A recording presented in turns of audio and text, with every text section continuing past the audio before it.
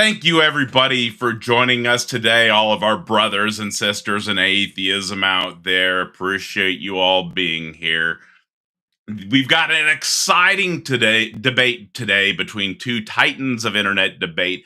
We've got Jimbob and MadeByJimbob and Leophilius, who are both two amazing debaters. You should be very excited tonight.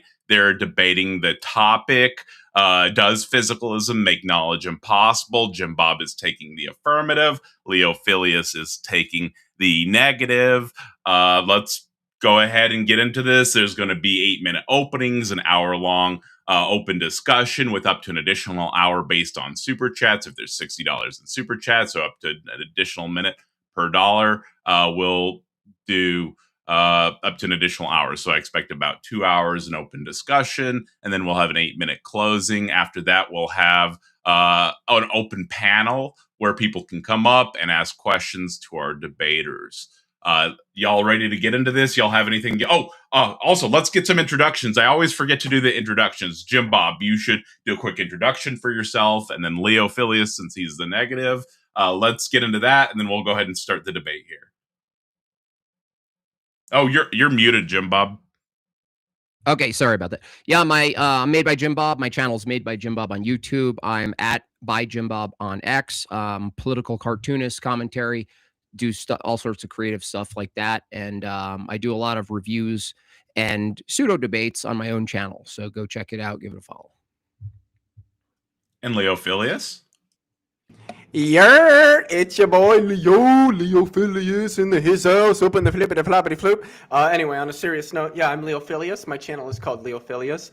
I occasionally post content. I'm hoping that by this spring I can get some stuff in my schedule with work and other things that I do a little bit more solidified and start posting a little bit more regularly. But I do post to my channel. I focus mainly on philosophy. The areas would be metaphysics, philosophy of science, philosophy of physics, and then I do a lot of content related to both cosmology and quantum mechanics as well. I'm no expert, but I think I know enough to know what I'm talking about. It seems that I know what I'm talking about. Some experts have told me that I know what I'm talking about. So you should go check me out if those things interest you. Let me know when you're ready, and we'll go ahead and get your opening statement up here, or take your opening statement. All righty, let's do it. You got 8 minutes. So is knowledge impossible under physicalism? I say yes. By knowledge, we mean justify true belief. By physicalism, we mean the view that everything that exists is concrete. By concrete, we mean material. Justified true belief is when a person S knows that a proposition P is true if and only if all three of the following conditions are met. S believes that P is true. Obviously, you have to believe something first to know if it's a justified true belief. 2, that it is in fact true, that you test it in some way that it is true, and it's justified in believing it, that it's true based on supportive evidence and argumentation or whatever else. And so there are some key aspects of this view that have some major problems. One is, if knowledge is synonymous with justified true belief, then justified true beliefs are concrete in nature. That is to say, their ontology exists as material in the world physically. 2, a method is required for coming to justified true beliefs, which includes evaluations and propositions. This is a problem because evaluations and propositions under physicalism would also be concrete. They'd either be a collection of materials or concrete items, some mechanistic thing in motion that's happening. That's how that would work inside the brain. Another aspect of the problem is that if justified true belief exists as a concrete matter in the brain, then false beliefs also exist in the brain as concrete matter. How does physicalist or physicalism itself delineate between a false belief and a justified true belief if both share the same material status in the brain? That would be to say that one material grouping, justified true belief, has some unique quality to it, aboutness, that is distinct from the false collection of beliefs. If it's the same category, you need some sort of methodology to figure out which one's true, which one's false, if it's just pure material.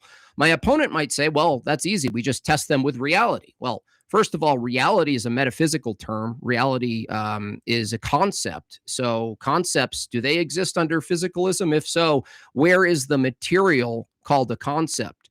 But further, when they say I'll test them with reality, being that that would be one of the criterion for justified true belief, the act of testing itself is a concrete set of objects in the world occurring mechanistically in the brain, which would include an accurate test and an inaccurate test. So when I ask someone, how do you determine a set of matter that's true, called knowledge in the brain, called justified true belief, as material in the brain, from the false one, he says, well, we'll test it. But the problem is there's inaccurate and accurate testing. So you have the same problem. Inaccurate testing and accurate testing would also happen in the brain, in the material brain, as material product of just the brain happening. So keep in mind that the phrase test with reality invokes an abstraction called reality, as I said. The abstractions must also exist. Now, I don't know if my opponent will say, well, they do exist, but they're not material or they're not concrete, which would be contrary to his position tonight.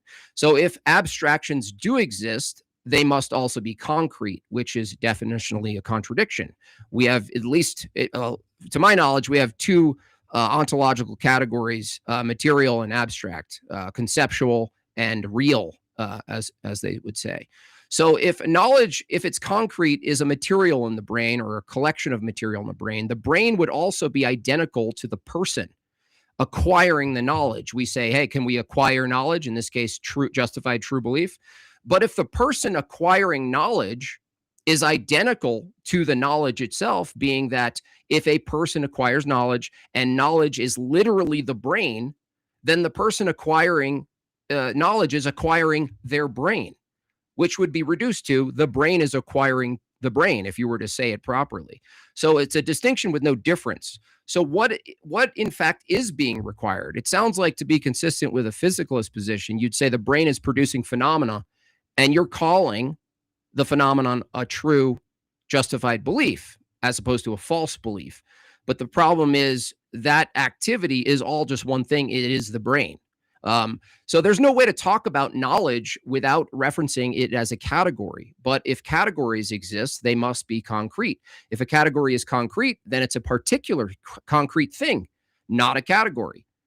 How we understand categories is a collection of particulars that we conceptualize in a big folder called that's the category. I would say knowledge is itself a category, being that there are types of knowledge, even in philosophy, there are types of knowledge. Those types of knowledge would be in the folder category called knowledge.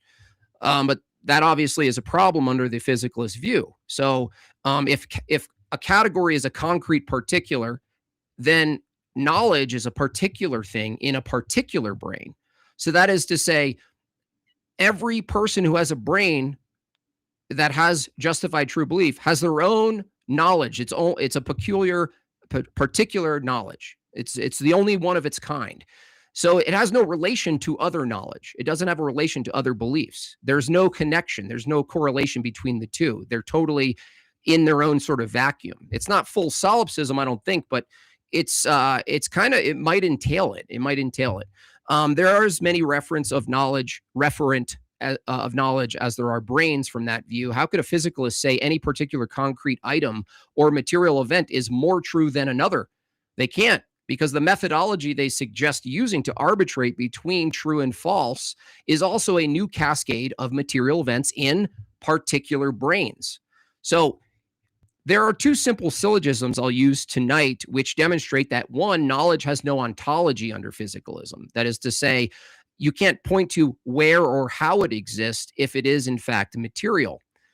Two, acquiring knowledge itself requires a physicalist to special plead for certain types of concrete matter doing certain concrete things.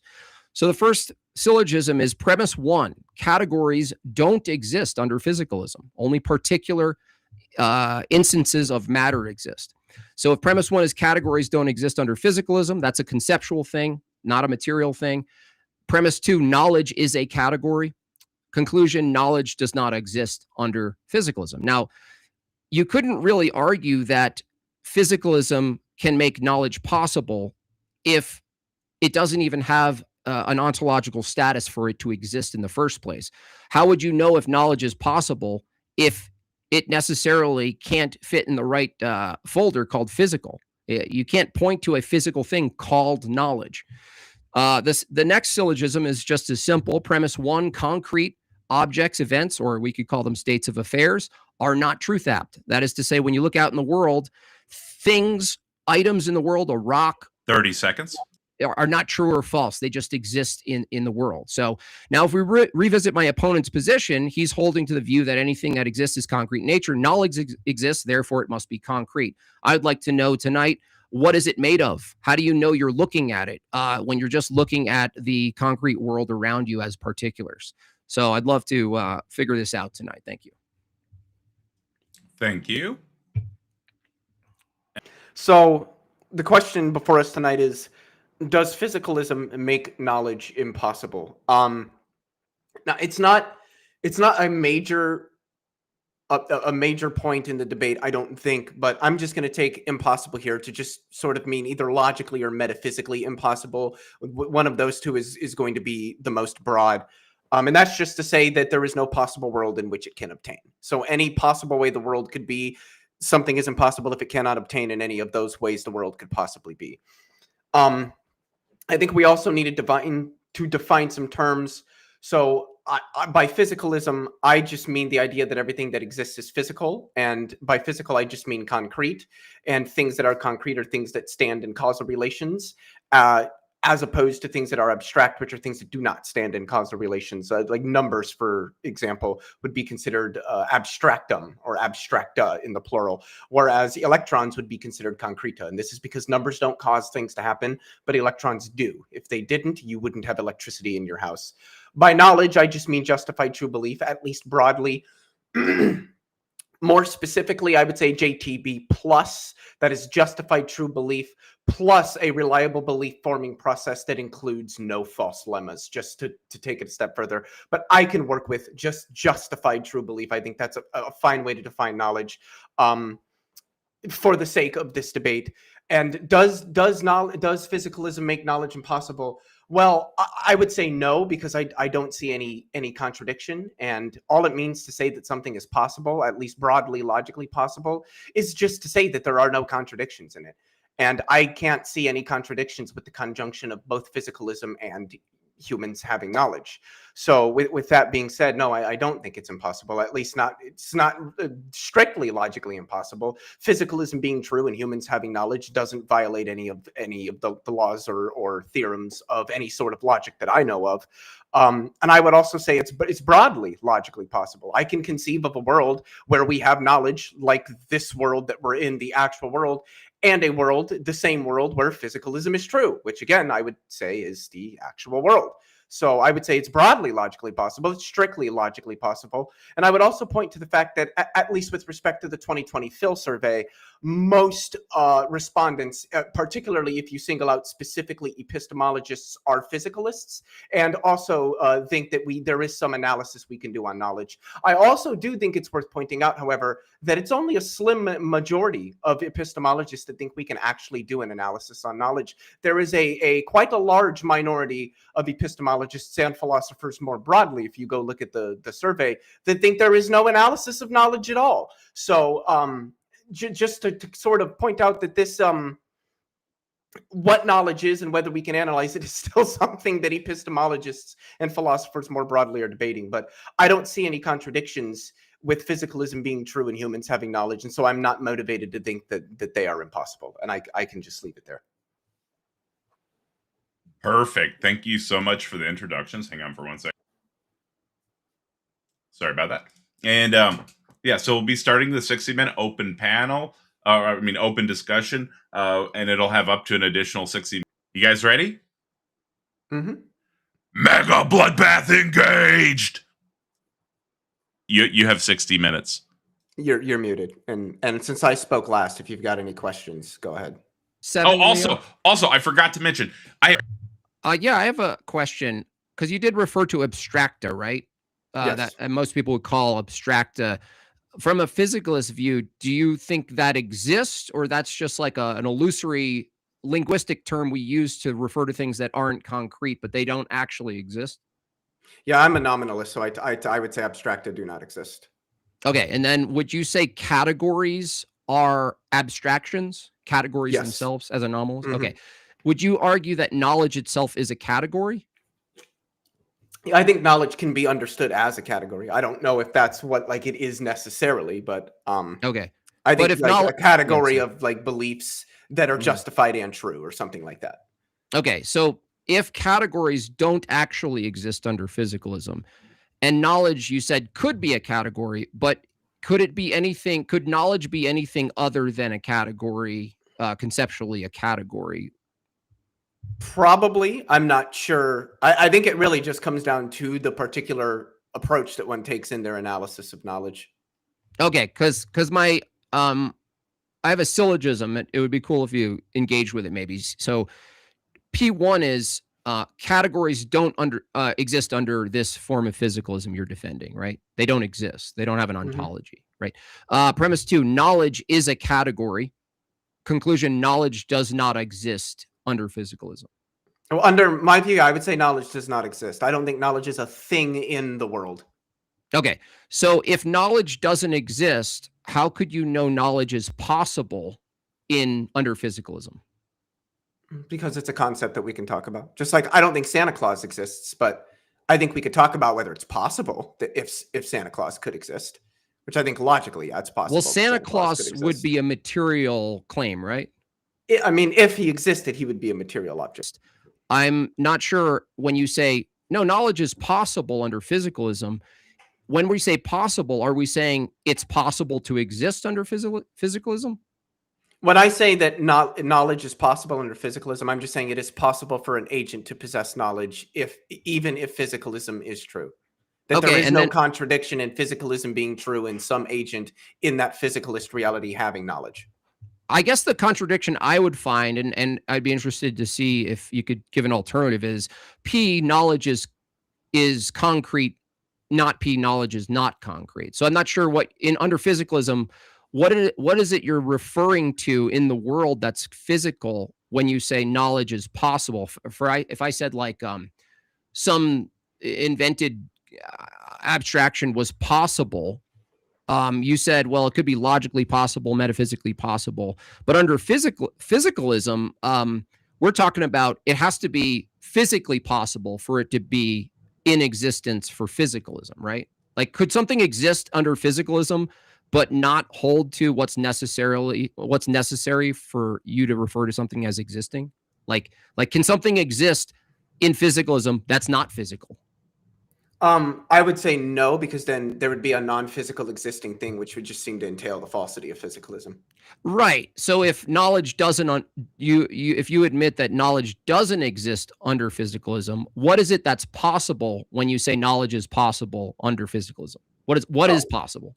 Knowledge, like the concept of knowledge. I think that we can talk about the possibility and impossibility of concepts. I don't think that there has to be some sort of concrete object that's being referred to. Like in mathematics, there might be certain operations we say are impossible, or certain evaluations, mathematical evaluations that are impossible. But I at least me, you might have a different view with respect to mathematics, but I'm an anti-realist about mathematics. So I don't think that like math is a thing in the world. It's just this conceptual schema that humans develop. So we can talk about the possibility and impossibility of certain things in mathematics, despite that not referring to anything in the world, so to speak. So I think the concept of possibility and impossibility can apply to concrete things in the world, but I also think it can apply to concepts. Okay, but under your view, if I swapped categories or knowledge with concepts, under your physicalist nominalist view, you'd also say that concepts don't exist, right? Yeah, concepts are not things in the world. Okay, so when I asked, in what way is knowledge possible under physicalism? And you say it's possible in the way that concept of knowledge is possible. But then if I asked, how are concepts possible under physicalism? They don't exist. And so now you'd have to answer that. How are concepts possible under physicalism? What are you referring to when you say a concept's possible under physicalism? Well, I would say a concept is largely going to be some sort of like mental map that an agent forms, and that's probably going to be rooted in the structure of the variety of parts of the brain that are involved in that. I know like the prefrontal cortex is a huge one in like Okay. belief formation and I think maybe goal directedness as well. That might be a different part of the brain, but all of those features that play into us having beliefs, us saying that we know things, those are just patterns across the brain. So Okay. I would say that things like knowledge are just going to consist in that. Okay, so concepts you say could be possible under physicalism, but they would be identical to sort of mapped out brain patterns and physicality in the brain. I mean, I don't know if I would say identical to. The terminology I would use would be emergent from, and emergence I just take in this context to be that there is some sort of like higher order pattern or structure that results from a variety of lower order parts put together in a particular way that is not itself possessed by any of the individual lower order parts. Think of a puzzle. You get a puzzle of a red barn. The red barn is a picture that requires all of the puzzle pieces to be in a particular order. But if you took one of the individual puzzle pieces, there isn't a picture of a red barn on it. So that picture emerges from the structure of the puzzle pieces. That's sort of the idea. Okay, so you're saying that concepts themselves wouldn't be identical to matter, but the thing you're referring to when you say concept, the referent is matter. I mean processes, processes and structures occurring in material, in a material object, namely the brain. Okay, because you would agree that if you said concept was concrete, that would be a contradiction, right? Well, I wouldn't. Excuse me, I wouldn't make that claim. I think concepts are abstract. I know, but to say abstract things are concrete would be a contradiction. Oh yeah, that would just be that would be like saying married bachelor. So yeah. So like it would just be false. So that would be if a physicalist tried to say concepts are matter themselves, they are matter, you would push back on that.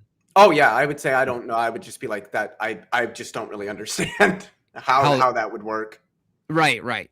Okay. So, and you also said that. Do you believe that? Because if I said knowledge doesn't actually exist in a positive ontological way physically under physicalism, but if justified true beliefs then don't exist, because that's what we're defining as knowledge, you're saying that under this view, justified true beliefs don't actually exist.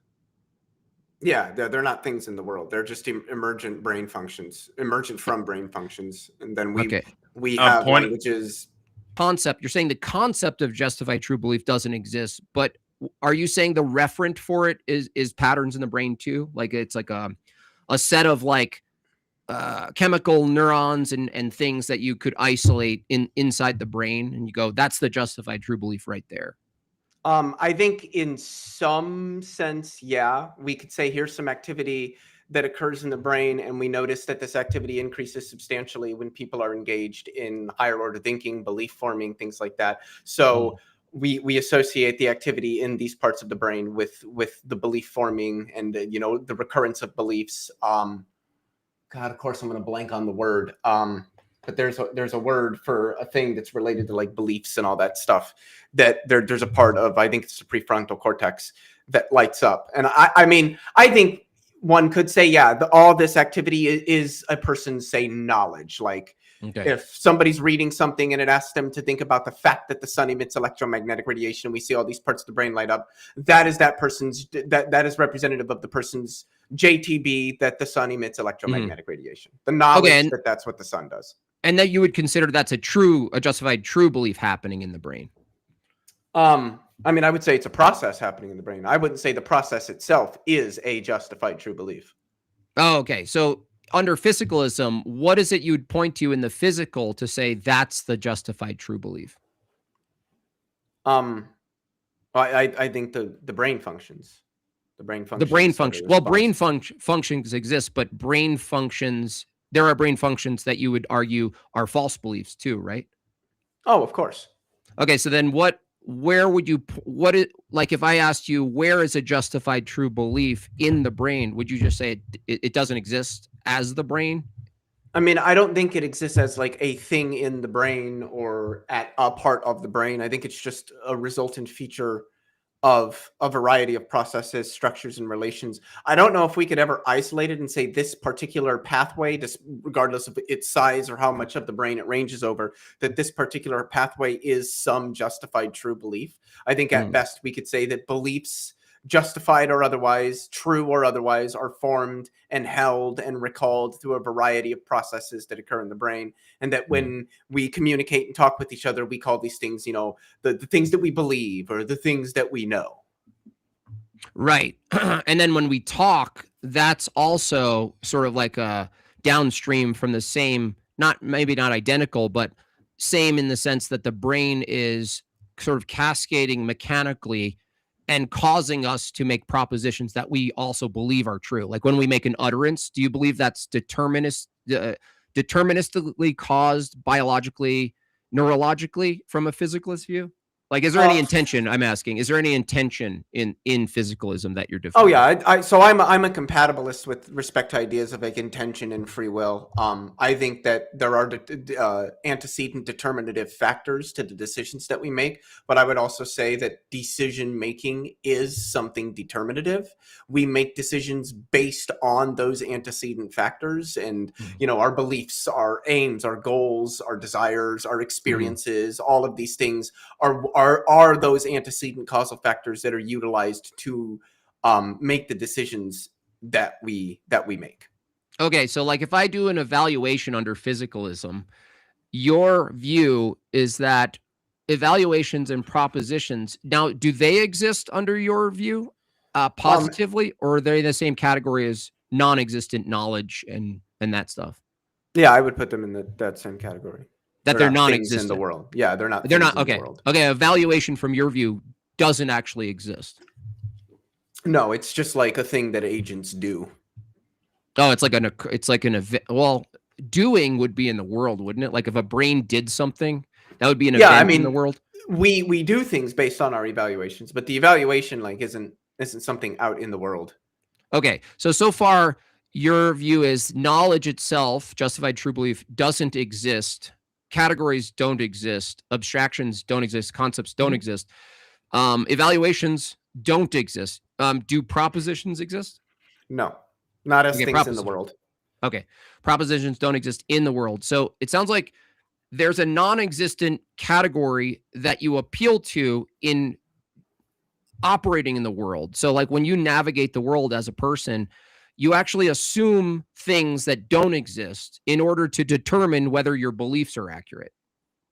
I mean, yeah, I utilize a variety of different concepts when I think about the world and a variety of schemas. I mean, logic, mathematics, all that stuff. And yeah, none of those things exist. Those things aren't real. They're concepts in our head. If humans didn't exist, none of these things would exist. Okay, so then when you say you're appealing to non-existent things to come to the truth of the matter about the existing things, what is the connection between non-existent things that would lend you the confidence to talk about existing things if your schema is actually non-existent? Well, there isn't really there couldn't be a connection with something that doesn't exist. It doesn't exist for you to connect to it. Right. So the mode and activity that you use to come to knowledge about the physical world, you use wholly, admittedly, non-existent things. Yeah. I think everyone does. I'm a nominalist. But how do you use a non-existent thing? By thinking about them, at least in this instance. But how could you think about something that doesn't exist? It's the same way we think about Santa Claus, or if I said like flying unicorns or something. But these things don't exist. Well, we can think about them. Well, Santa Claus is something, the reason we say Santa Claus doesn't exist is because the thing we're referring to, the referent, we're saying the referent doesn't exist. You're saying the actual category doesn't exist. Like you're actually saying the entirety of categories don't exist. So Santa Claus as a actual person, we say doesn't exist, but the concept of Santa Claus, most people would say the concept of Santa Claus does exist, but you're saying the concept of Santa Claus doesn't even exist. Yeah. I don't think concepts are like things in the world. Okay, but when you say you don't believe concepts are things in the world, when you say the concept of Santa doesn't exist, what are you referring to when you say the concept of Santa then? It's usually I'm referring to Santa Claus, which would be like, so I mean, really, all I can do, I feel, is just like define Santa Claus in terms of the intentions, Intension, not Tion. The meanings of terms, or the things in virtue of which the term means something. So you might think of a fat man, Okay. big white beard, wears a red suit, delivers presents to kids on Christmas, flies around in a sleigh, like those kind. That's what I'm referring to when I refer to Santa Claus. Sure. Those Yeah. are The actuality intentions of the term. Yeah. But then you use the word meaning. So I'd be interested in knowing, do you believe meaning exists, being that not it's as conceptual? a thing, not as a thing in the world. No. Okay. But when you say not as a thing in the world, if it's not in the world, it actually doesn't exist at all. Yeah. I agree. So you're saying meaning itself doesn't exist at all. Yeah, that's correct. Okay, so if under pure physicalism, if abstractions, concepts, and meaning don't exist in the world, can you tell me how it's possible for us to talk right now? Oh, we have languages that we use. Language doesn't exist. Language doesn't exist. That's conceptual. Language, I mean, it exists in a sense that there are physical symbols and sounds.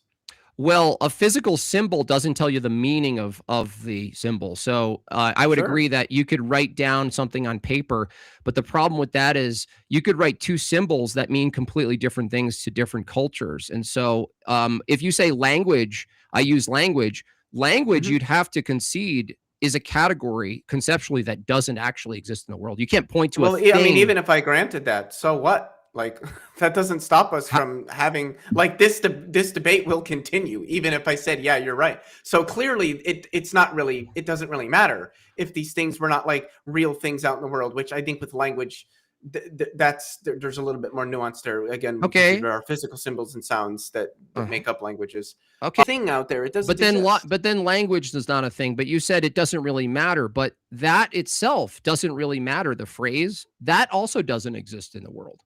Sure. So when you say it doesn't really matter, is that true, being that you admit that phrase actually doesn't exist? It's true for me because I think it doesn't matter, but somebody else might think it does matter. Maybe you think it matters. Well, no. I'm saying if we were both physicalists, when you say it doesn't really matter, that thing you just referred to as a statement, that actually doesn't exist. So am I supposed to believe you when you say something doesn't matter, being that your standard for things that exist and don't exist, even meaning and language and math, those don't exist. So why should I accept a truth claim from you? Because you can understand the things that I'm saying and verify whether they're true. I mean, like, if I told you that I am having a debate with you right now, are you going to say, well, I don't know if that's true? I probably not. You're probably going to be like, well, of course I am. Well, that can't be true under review. A debate itself doesn't exist as matter in the world, but debates don't exist. Yeah, you're right. Debates don't exist. Debates are a conceptual thing that emerges out of the activity of humans. So we're not debating. Well, I mean, of course we're debating. Wait, no, you can't say debates exist, but we're not debating. Or debates don't exist, but we are debating. What are we doing what are you referring to? I'm referring to the discussion that we're having utilizing a common language that was agreed upon by all participating parties. The thing that when we say the word debate, talk about a debate, that's what we mean. Okay. Right, but the debate itself, under your physicalist view you're defending tonight, debates don't exist. Sure. They don't exist. Yeah. So the winner of a debate also doesn't exist. Losers and winners of debates also don't exist. No, that's all evaluative. Evaluations aren't things in the world. They're things agents do. I understand, but agent itself, you can't find a physical thing called an agent. Yeah, I can. No, that's a concept. I see two of them on my screen. No, that's a concept. What you see are two physical, concrete things, and even that is a concept referring to the reference. So an agent is a conceptual term for an object, right? Yeah, and that object is the agent. Well, no, you can't say that. The concept just refers to the object, just like an electron is just a word. Like we have a concept of an electron. The concept refers to something in the world. There are concepts that don't refer to things in the world.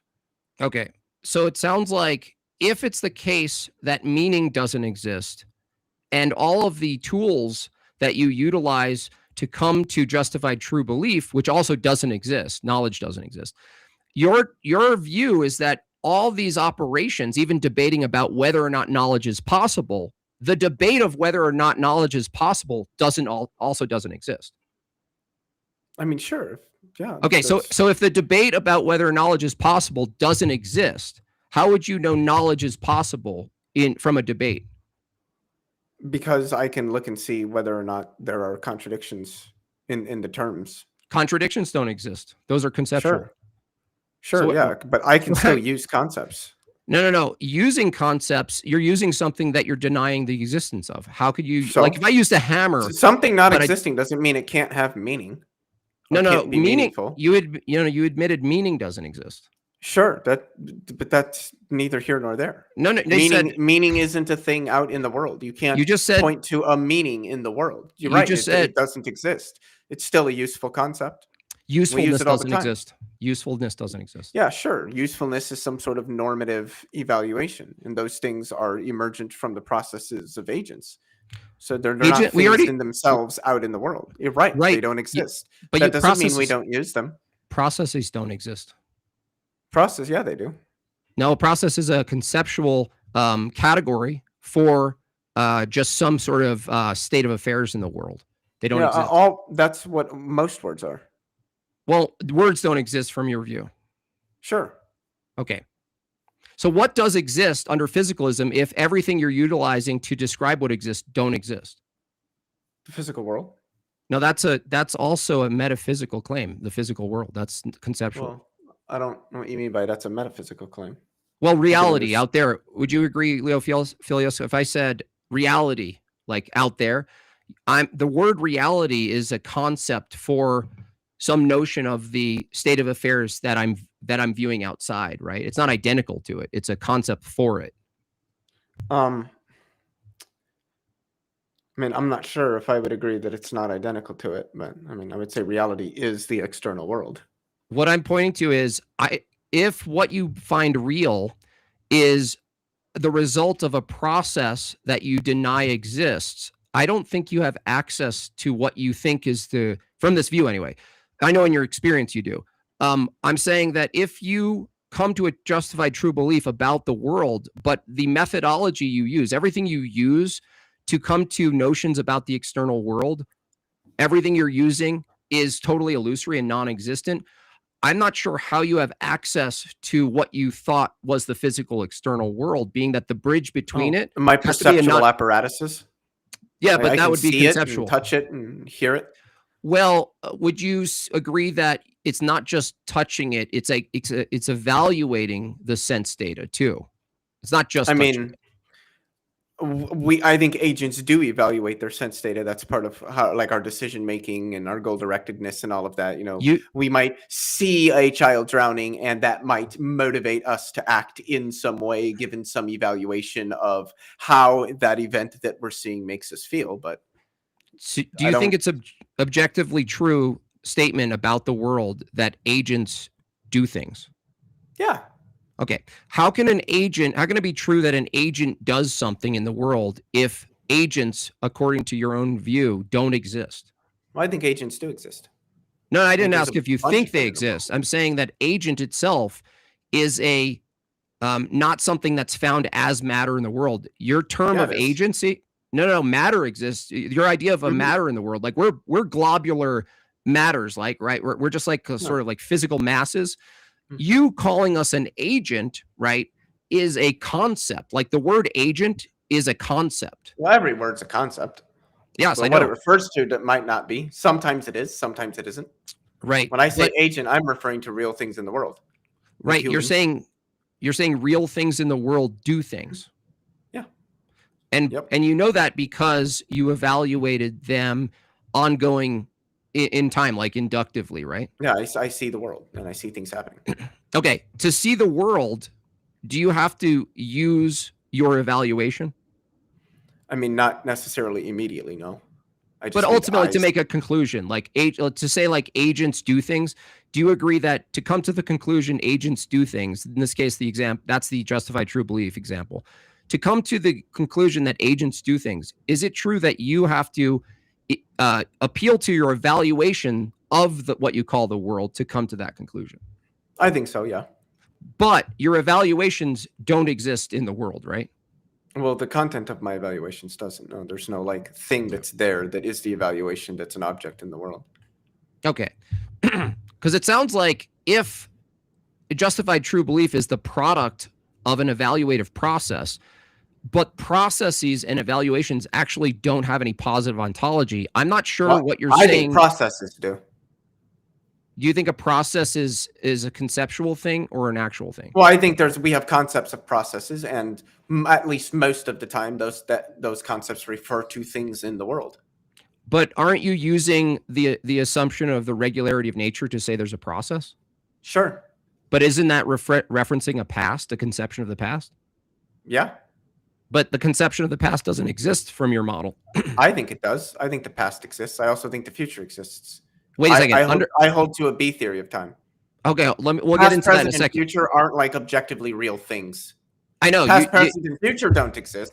Space-time and its contents do, and we, based on our position in space-time and our light cones, can define things as being in our present, in our past, or in our future, but those are just things we made up based on our experience of the world. Past, present, and future are not objectively real features of the world, nor is there a passage of time. Time doesn't flow or move or anything like that, on my view. Okay, so you're saying the past, your conception of the past, you utilize to do induction. Mm-hmm. I think that's what induction is based on, yes. Yeah, so at least largely. Yeah, I agree. So if you have a recollection of the past, but conceptual recollections under your view are not real, what are you referring to, appealing to then come to conclusions inductively if they don't exist? The thought processes that I have, my ability to do induction. I can't remember what parts of the brain are involved in induction, but we've actually been able to figure out where in the brain humans do like inductive thinking, and my camera wants to go out of focus, and deductive thinking, and that they're similar. But if I remember correctly, the article said that there are some differences in what's going on in the brain between inductive thinking and deductive thinking, which I thought was interesting. But that's what I think we use. I think we use our thought processes, right? Which are the result of processual structures in our brains. But if processual structures in our brains exist, but concepts are things that just sort of are thoughts concepts? No, concepts are thoughts, but thoughts are not concepts. Okay, what ontology do thoughts have under your physicalist view? They are processual features of the structure of the brain.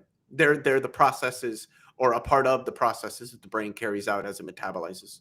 Okay, so then is knowledge, like a justified true belief, is that a thought? Would you put it in that category? I mean, yeah, I think you could say that like our knowledge, our beliefs, that those are thoughts. I mean, yeah, I don't know if that's very technical, but you could say that. Well, the reason I ask is if there's a thought in the brain and you call that a true thought, and there was a false thought in the brain, if they're just material, I'm not sure how you delineate between the two, whether one's true or false from a physicalist view. What would be the method? The thought in and of itself wouldn't be true or false. Truth and falsity would be concepts that we develop to describe the various thoughts that we have about things. But concepts don't exist. Sure, they're not things in the world. So you use non-existent things to come to the truth of thoughts. I mean, sure, I don't see what turns on that. I use non-existent things to understand how the physical world works because I use math to understand how the physical world works. The fact that math, on my view at least, is not a thing out in the world, and therefore it doesn't really exist in any real sense of that term, doesn't mean that it isn't a concept, and doesn't mean that I still can't use it. Mathematics is a result. It's a highly emergent thing that results from the structure of human brains and a variety of structures across human society. And would you say which are going to be things like languages and what have you? Okay. And would you say the physicalist view is, from your view, one of the better ways to come to the truth about our material world? I think physicalism as a framework, I'm not sure if like physical. So more broadly, what I would say is naturalism, but I think you can understand the similarity. Similar. Yeah, sure. Yeah. I don't know if I would say that like it informs. I mean, of course, there's some basic sense in which it informs the way you look at the world. But at least for me, and I think a lot of other people that I know that are naturalists, it's not like we started with naturalism and used that as a way of understanding the world and how it works. It's that we did our best to understand the world and how it works and our place within it and all of that fancy stuff, and concluded that naturalism is a meaningful framework for helping to define and refine our understanding of the world around us. It's a good broader framework for positioning ourselves with respect to what it is that we know and what it is that we understand and what it is likely is real and really exists. Yeah. Yeah. So you believe that you can revise. Yeah. I mean, broadly, yeah.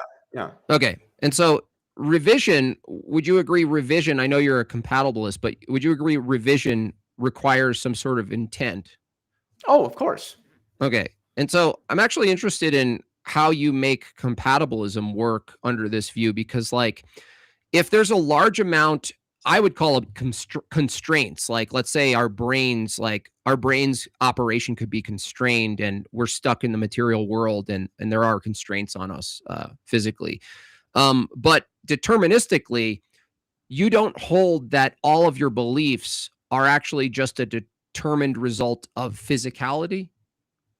I'm sorry, do you believe that? Just that last part one more time. Do you believe that all of your beliefs, your held beliefs, whether they're false or true, do you believe that they're determined by physicality? Like they're actually a product, like a byproduct, like they're like epiphenomenal from the machine brain, like they just kind of percolate out, like you don't have any ultimate will in the matter to go like, I'm going to think about this? Because under the physicalist view, wouldn't it be the case that you're already thinking about it? Whatever you thought you were about to go, I'm going to think about this right now, that you're already doing, like you're determined to do that already? I mean, I think there's some sense in which you're determined to do it, in the sense that all of the determinative and evaluative factors that we engage in are going to be consistent with the laws of physics. So there's this sort of broad determinism, which really just means consistency with the laws of nature and all of that stuff, that I think is true. I don't think that doesn't mean that there could potentially be some level of stochasticity still involved with decision making and the evaluative processes that humans go through. I'm not sure if I'm fully convinced that there is, but I know it's been suggested. I define things like decision making, our intent to do things, being about things, directedness, as I call it, the directedness of thought you might hear. I think that is just the result of physical processes across the brain, and it's nothing more. And I think that while we have an imperfect picture, we still have a relatively coherent picture of how it is that the brain can produce things like that, not just in humans, but in other animals as well. Okay. Do you think that in order to think about the natural world, you have to hold a view that the natural world is composed of particulars that have and maintain the law of identity? I mean, I think the law of identity is just an axiom of redundancy in a broader schema that just says that an object is what it is, like that no object is not what it is, or is not what it's not, and it is what it is, which to me is just like some basic redundant axiom you're using in some schema that's utilized for understanding the world. I don't think that like the law of any laws of logic are like some sort of impositive force, like imposing on the world and making it or guiding it or governing it to behave some way. I think these are just like descriptive things humans come up with to formalize thought and but descriptions don't exist under your view. Those are conceptual. So but humans, I mean, under my view, humans still describe things. We still use a variety of conceptual schemas. These conceptual schemas are not things in the world, of course. So why aren't they illusory though? Why would you trust, if you held the view that when we describe the law of identity or math or theorems, or even write an essay for that matter that uses all this language and meaning, I'm not sure why, even from the justified true belief, I don't think under your own system, being that you did add the plus, but I don't know if the one I read in the opener was a plus or not. You could tell me. Is the plus the justified in believing that P, given that it's supported with good evidence, reasons, and reliable process? For the most part, yeah. Okay. Well, the thing is, reliable process, the thing called reliability is not found in the world. So if you said, I believe X to be true, and I do believe it, and I used a process, a reliable process, even though the reliable process itself doesn't pass the test to be a justified true belief in a reliable process. So it's like the activity of being a physicalist is that you're actively believing and participating in a bunch of things you don't think exist. And you use terms like reliability, even though you admit that reliability itself, to believe there's a thing called reliability, doesn't pass the criterion for being a justified true belief. Well, why doesn't it? Because reliability is a concept. So well, concepts don't exist. So if I said, well, I'll tell you, if I said a justified true belief is something, a belief I hold to that's true, that can be empirically demonstrated or supported with good evidence and reasons, if you, and the reasons are produced by a reliable process, but the reliable process itself is not, it doesn't actually pass the threshold for believing and in it to begin with. So you're using something called a reliable process that it itself, believing in a reliable process, doesn't actually pass the test for justified true belief. That's Are you saying that that's because it's involved in forming justified true beliefs? No, because the status of it under your view in this case, because someone could hold a justified true belief system and have a different approach to things like reliability, regularity, nature, concepts, math, right? But we're talking about physicalism. Specifically, physicalism, reliability as a concept, a reliable process, that term is a concept that you have to deny the actual existence of. But it's literally the thing that you believe in to get to justified true beliefs. Yes. So you don't have a justified true belief. You don't, your process to come to justified true belief is a process that doesn't pass the test to be a justified true belief.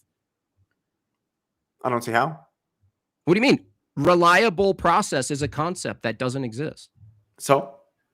So you're using a concept that doesn't exist, and your assumption on what's reliable insofar as a justified true belief relies on something that doesn't exist, that doesn't even pass the test for existence. You have a false belief. In other words, let me put it simply. Reliable process is not a justified true belief under physicalism. You use an unjustified true belief to produce justified true beliefs. I mean, yeah, that's kind of how it works. Okay.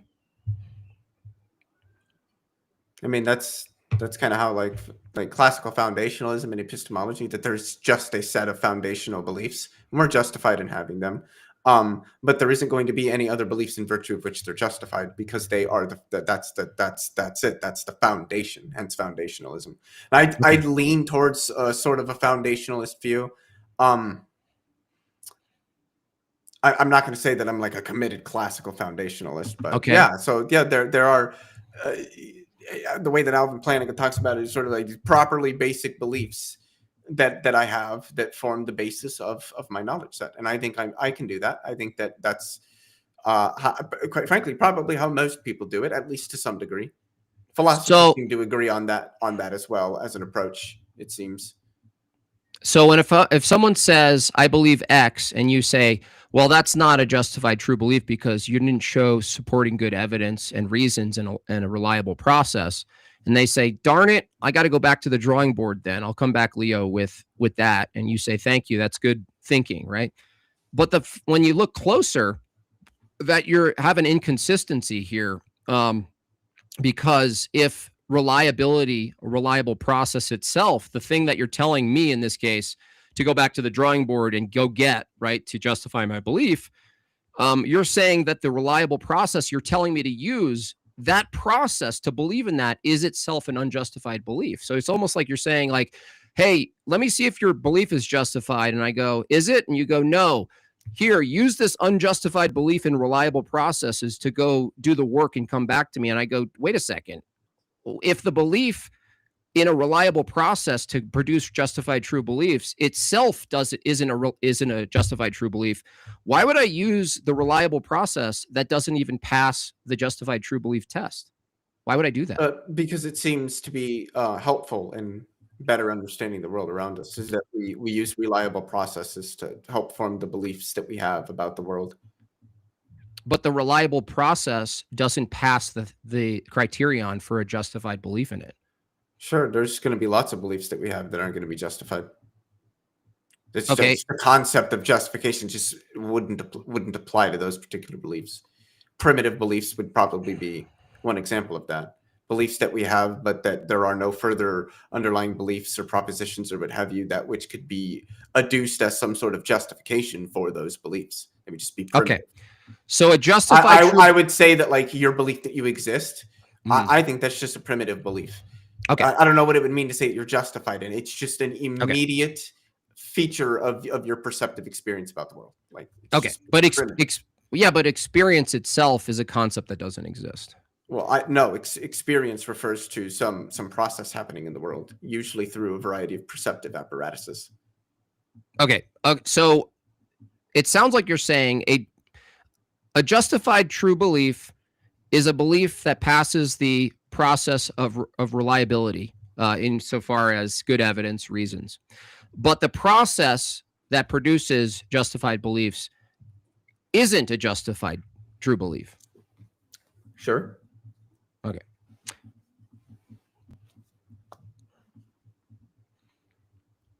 I mean, I don't have a justification for the fundamental axioms of, like, mathematics and logic either.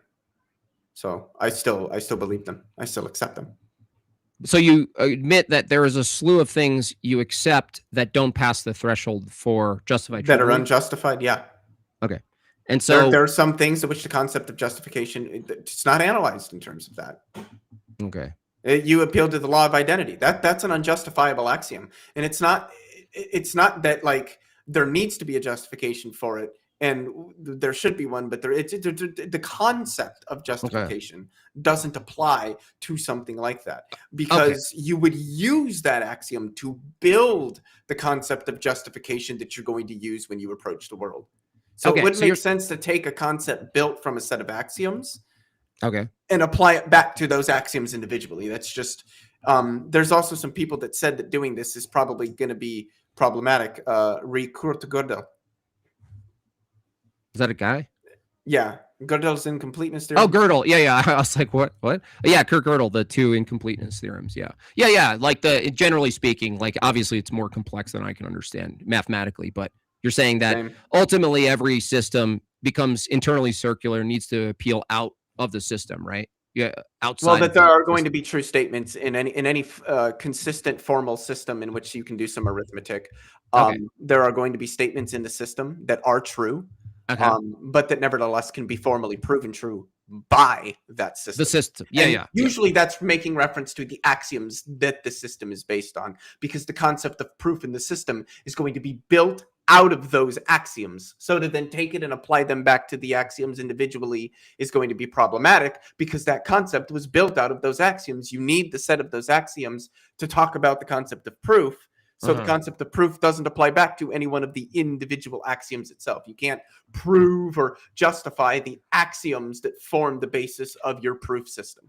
So can I ask you, from your view, and this is less to do with, in a way, it's not so relevant to the topic of whether physicalism can justify or produce knowledge or whatever, is that if it's the case that there are a whole slew of things you can't justify and a whole slew of things that you demand be justified under this system of justified true belief, do you personally hold a position of why or when, or sorry, which statements or beliefs you should be okay believing without justification, and which you demand justification, like which ones you demand? How do you determine which one you're like, okay, no, you're good, you can hold that belief, you can't justify it, that's fine, but all these other ones you should justify through this system of justified true belief? Like, which are the ones that you know what my question is? Like, which ones? I think so. How do you determine which beliefs ought to be justified and which ones ought not be, or aren't?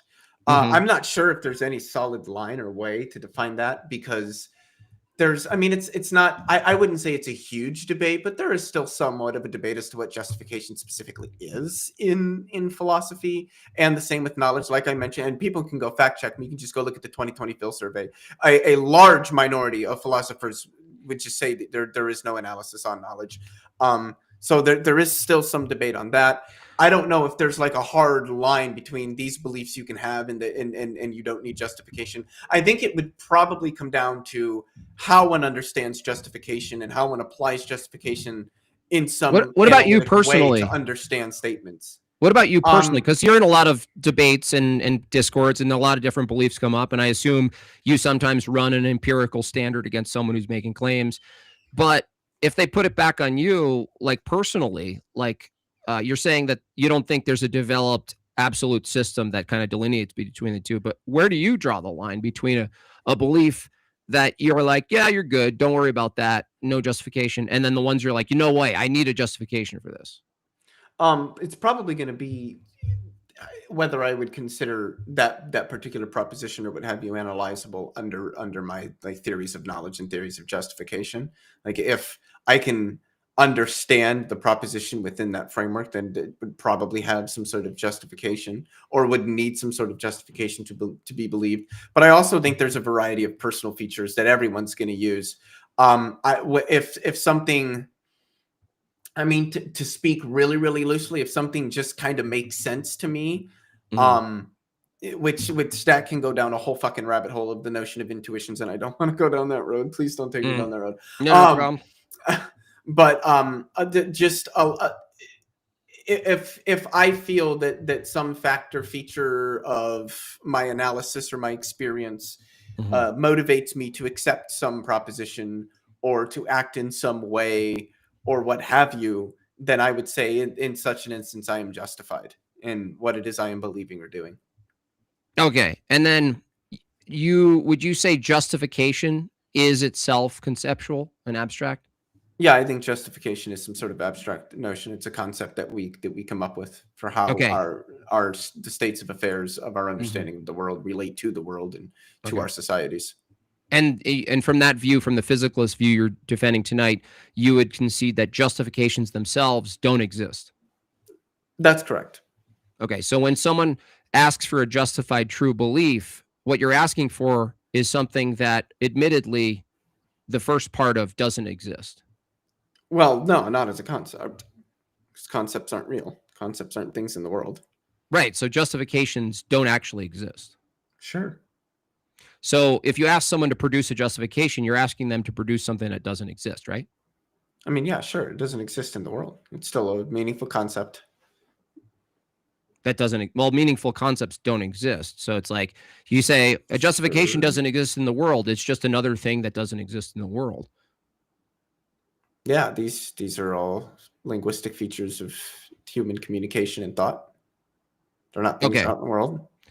So then to push back on someone who believes in something wild or whatever, and you say that's not a justified true belief, and you go, okay, well, how do I make it justified? You say you go back to the drawing board and do all these things, and you come back and you say, here, is this a justified true belief?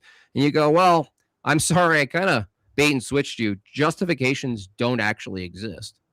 Yeah, but justification is still a concept, and we can still use it. Yeah, but concepts don't exist. I'm still trying to figure out from the physicalist view, if the term use, right, for anything that we use in the world, I use a camera, I use a toothbrush, sometimes I use this, I use that. These are things that make sense when you use the word use. So I'm trying to understand, I'm okay with a malleable use of the word use even, but I'm not sure what you're referring to when you say we use concepts if the thing you're referencing doesn't exist. I just don't understand how you can use something, even metaphysically and logically, in any way, shape, or form. How do you use something that doesn't exist? We think about them. You think about something that doesn't exist? How do you think about that? That's what these things are features of thought. Right, but thoughts don't exist. Well, thoughts exist. The features of thought are not things in the world. They're things in our thought. Yeah, but you're saying And we you're can using it. communicate them and find agreement and develop systems that we use for understanding the world and communicating that understanding. Right. The So fact that when the features of this are not like I couldn't okay. hold one in my hand or point to one Okay. So doesn't if mean I that they're not things that we can use and that are useful tools for us. They're not things in the world. Sure. Okay. so then how do I utilize, like, let's say an example, like I think of an object that just doesn't exist yet, but it's conceptual in my head. The concept I'm thinking of that doesn't exist. Let's say it's like some almost unintelligible tool, like you just don't recognize it. It's like Like a hammery, but not plumbus. real. Yeah, well, I don't even know what that is, but that. Yeah, yeah. So whatever that is, let's just imagine that we don't know what it is, we don't know how to use it. You're saying that thinking of it is identical to using it, even though it doesn't have a purpose or Well, when it function? comes to concepts, yeah, I think when we talk about using concepts, we're talking about these features of human thought that are expressed through a variety of means of communication. Concepts like justification, beliefs, knowledge, Okay. language, mathematics. Yeah. But then those are just more things that don't exist. So like communication is another interesting one. Do you believe communication exists positively or another category in the category of things that don't exist? So I think that there are real features of communication. I'm engaging Like in a it right now sound? by making physical sounds and all that. Yeah. But I Yeah. think that absent any meaning, all you would hear is just noise. And that meaning is contained in the thought of humans. So that, like you said before, you don't believe meaning actually exists. So you're saying No, it's sounds not a thing in the exist. world. It's not a thing. Well, it's not a thing anywhere. It just doesn't exist from the physicalist view. Not just in the world, No. just anywhere. It doesn't exist anywhere. When I think of something not existing, I think of it not being like a thing out in the world. It's not a part of the world. Well, it's not a My part world. I of just any mean the external reality. physical reality. Well, I mean, there could be some possible world where maybe it exists in some way. I just am saying in the actual world, it's not like some feature of the like concepts are not things out in the world the way that a planet is out in the world or an electron Okay. is out in the world. That's Okay. what I mean when I say something doesn't exist. And yeah, You think concepts don't exist. when I don't two think that somehow means that they aren't that they don't have meaning, that we can't give them meaning or utilize them in the variety of ways that we do. Yeah, but meaning doesn't exist. So you say like Sure. I don't think concepts exist, but I do believe they have meaning. All you're saying is like if I were to swap out all the words you're saying um I don't think it actually exists, but it does not exist, not exist, not exist, not exist. Like you're just putting in things that don't exist. So I mean, let's move on to like knowledge itself, because do you believe a collection of people share a justified true belief about about a thing? Yeah, I think probably I would at least hope I hope. most people would say that they know that the sun emits electromagnetic radiation. Yeah. And so when a group of people are agreeing on the state of affairs descriptively of out there in the world, like the sun does this or that, are from a physicalist view, are you saying that the material itself in the brain as a structure, as a pattern, is identical to each other, being that sort of thought or proposition in a material way, if it's mapped onto the brain, do you think that they have to be identical, like the structures, if the proposition is the sun is hot or whatever, like it's hot out or whatever? Are you saying that justified true belief as a material thing, the thing you're actually referring to in the brain, are those all matched the same necessarily, or can they be incongruent physically and still have the same output? Does that make sense? Yeah, I think I want to say that there is a term for that in multiple realizability. Is that what I'm thinking? Anyway, that's not. I need to go read stuff. I would say that there's probably. I wouldn't say that they need to be identical, and I wouldn't say that it needs to be necessary. But I would say that I would suspect that there are probably going to be a variety of similarities in terms of the regions of the brain that light up when people, if you brought a group of people in and had them think about the same piece of knowledge you might say that they have, like that the sun emits electromagnetic radiation, I would suspect that very similar regions of the brain would light up to very similar degrees. There might be some minor incongruencies, which I think are probably going to be stochastic features of just the fact that the brain is a massive system that engages in an extreme number of interactions over extended periods of time. But yeah, I think generally similar for the most part. And that would be true for a collection of people who also exhibit a false belief and a bunch of things light up too? Yeah, probably. Yeah, I think for the most part. Okay, and then what would you say would be the methodology inside the brain for determining, like if you were doing a blind test, like you didn't have access to the proposition, if physicality was the thing that was expressing true belief and false belief, wouldn't that mean that someone could look at a portion of the brain lighting up and they wouldn't need to know the proposition to know if it was true or false? I don't think so. I don't think you could know whether somebody was thinking about something true or false just by looking at brain activity. Okay. That's interesting because, like, from that view, like if brain activity produces true statements, hypothetically, you can kind of sort of engineer a brain that was producing false propositions, and through the physicalism that you're holding to, kind of manipulate the brain to always produce the true statement about what's at that. I'm not saying it's possible now. I'm saying, like, if it was pure materialism and physicalism, you'd be able to sort of instigate a true proposition out of people about things and false ones. Not only that, you'd hypothetically be able to take a group of people and code them to believe something that's entirely false and them think it's true, right? That they would think it was true. Yeah, I think we've done that with people. Where made people think that they had memories of things that never happened. Right. So then if that's the case, very vivid memories of things that never happened. Right.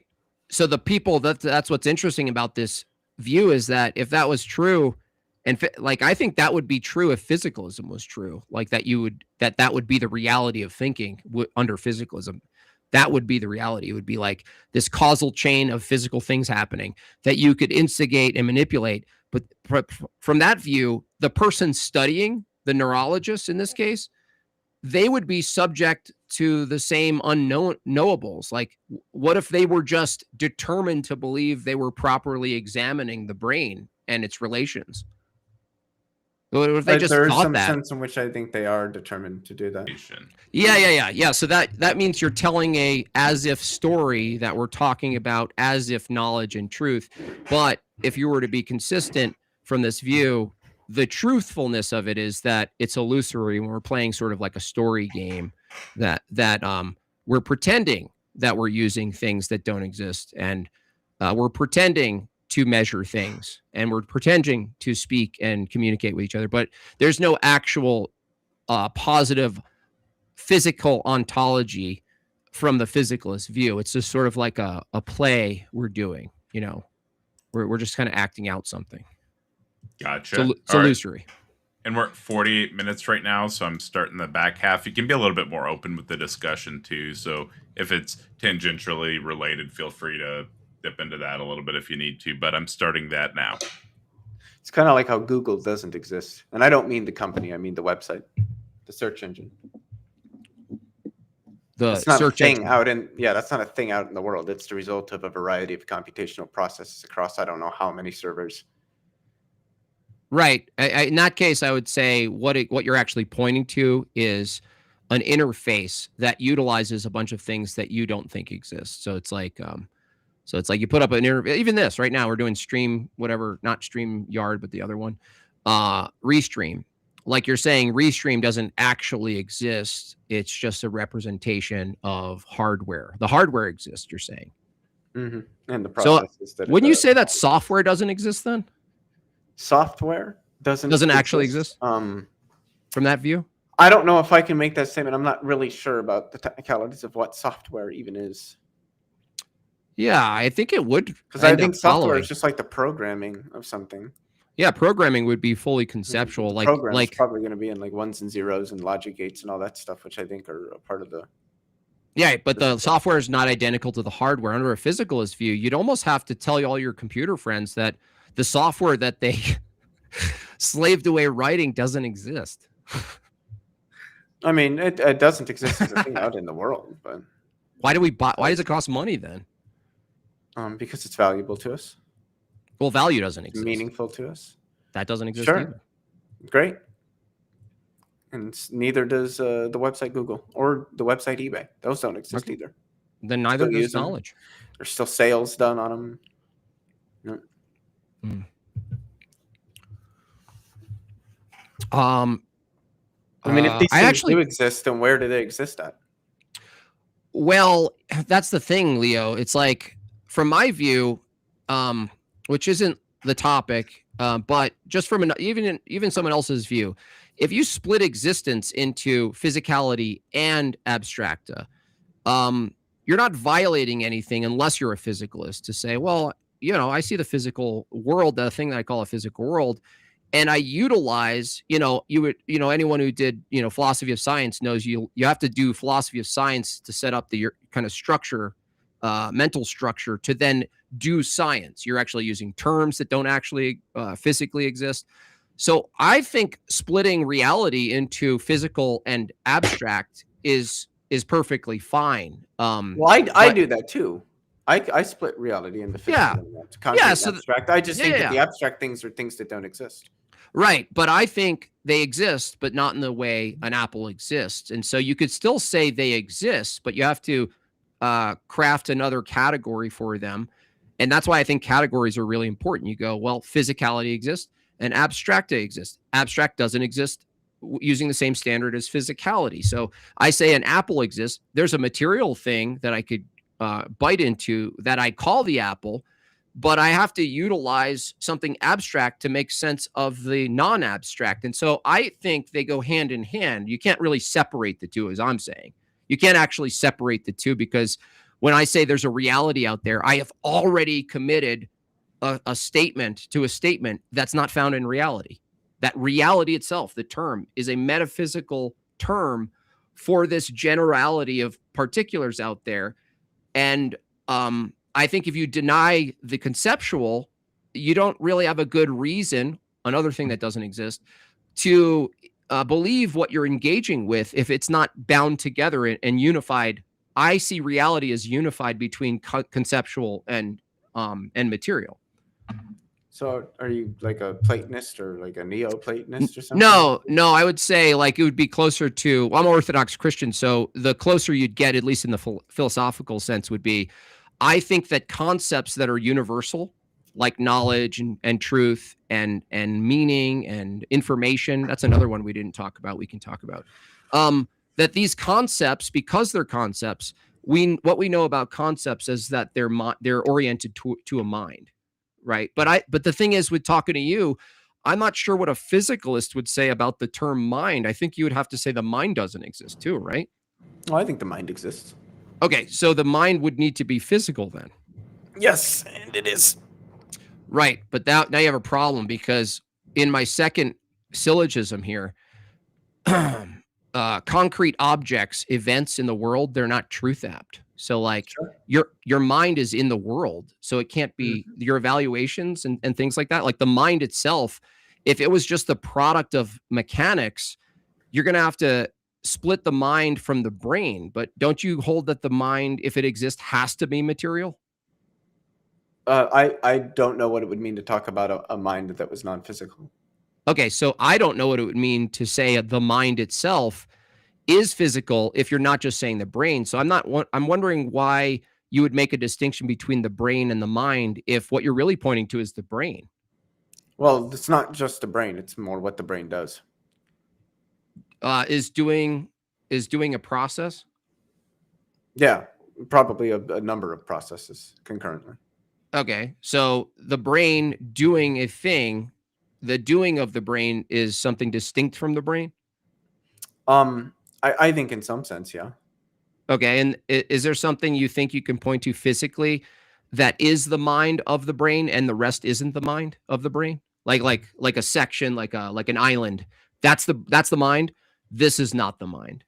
No, I think I think the mind emerges from the functioning across the entirety of the brain. I think all of the parts of the brain are important to the sustenance of consciousness and of the mind and of the formation of the sort of the I, the what we are, Okay. self-awareness, which is why I think all of those parts of the brain are parts of the brain, because all of them are requisite to maintaining that.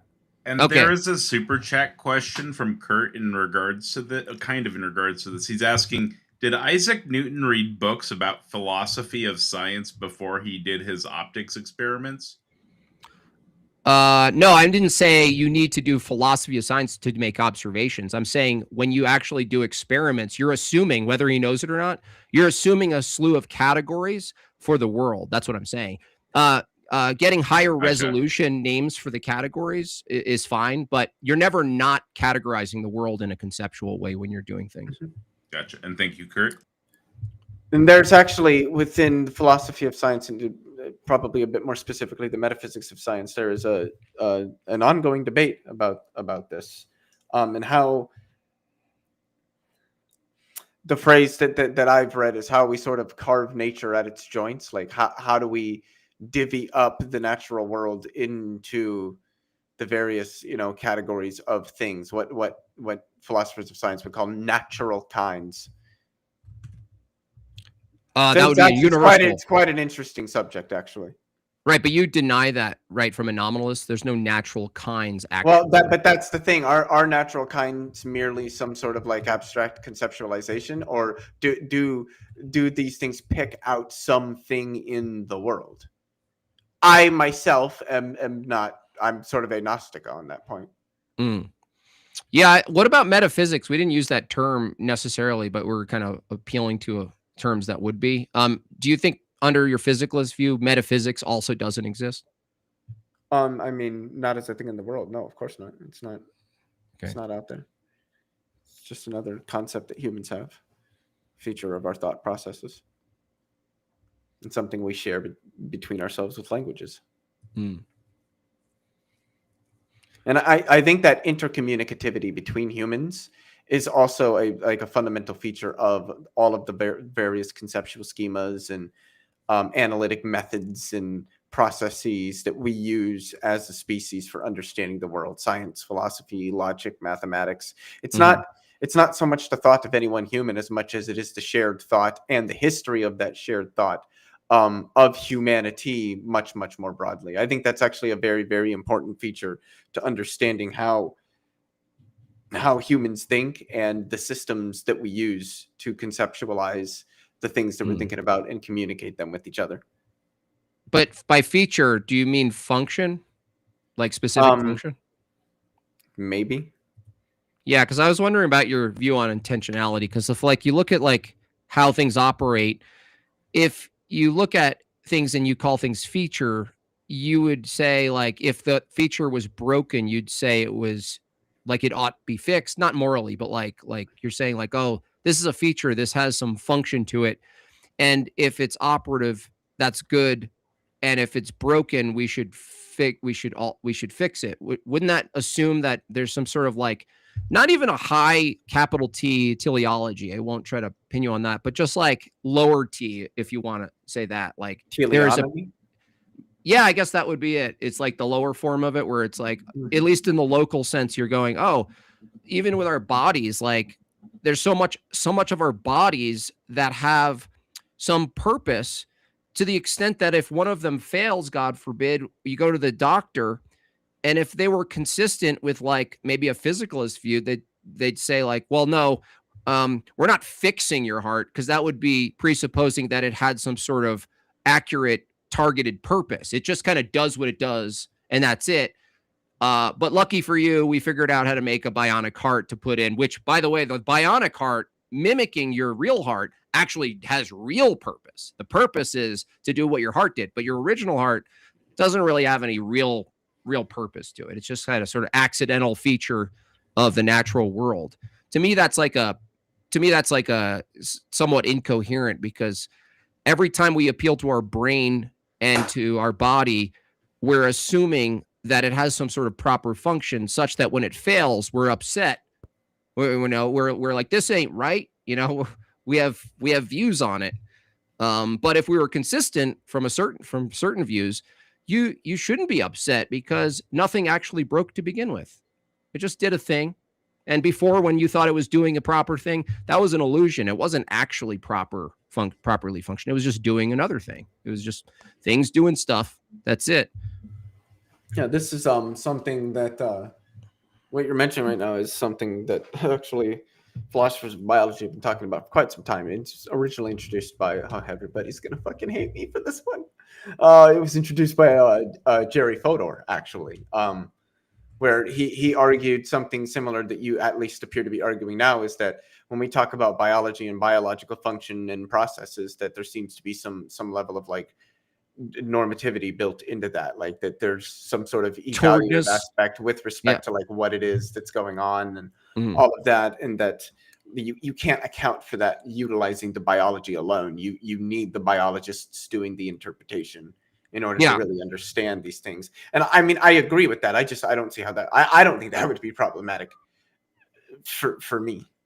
Well, as a physicalist, it might be, because wouldn't you agree that pure physicality has no aboutness?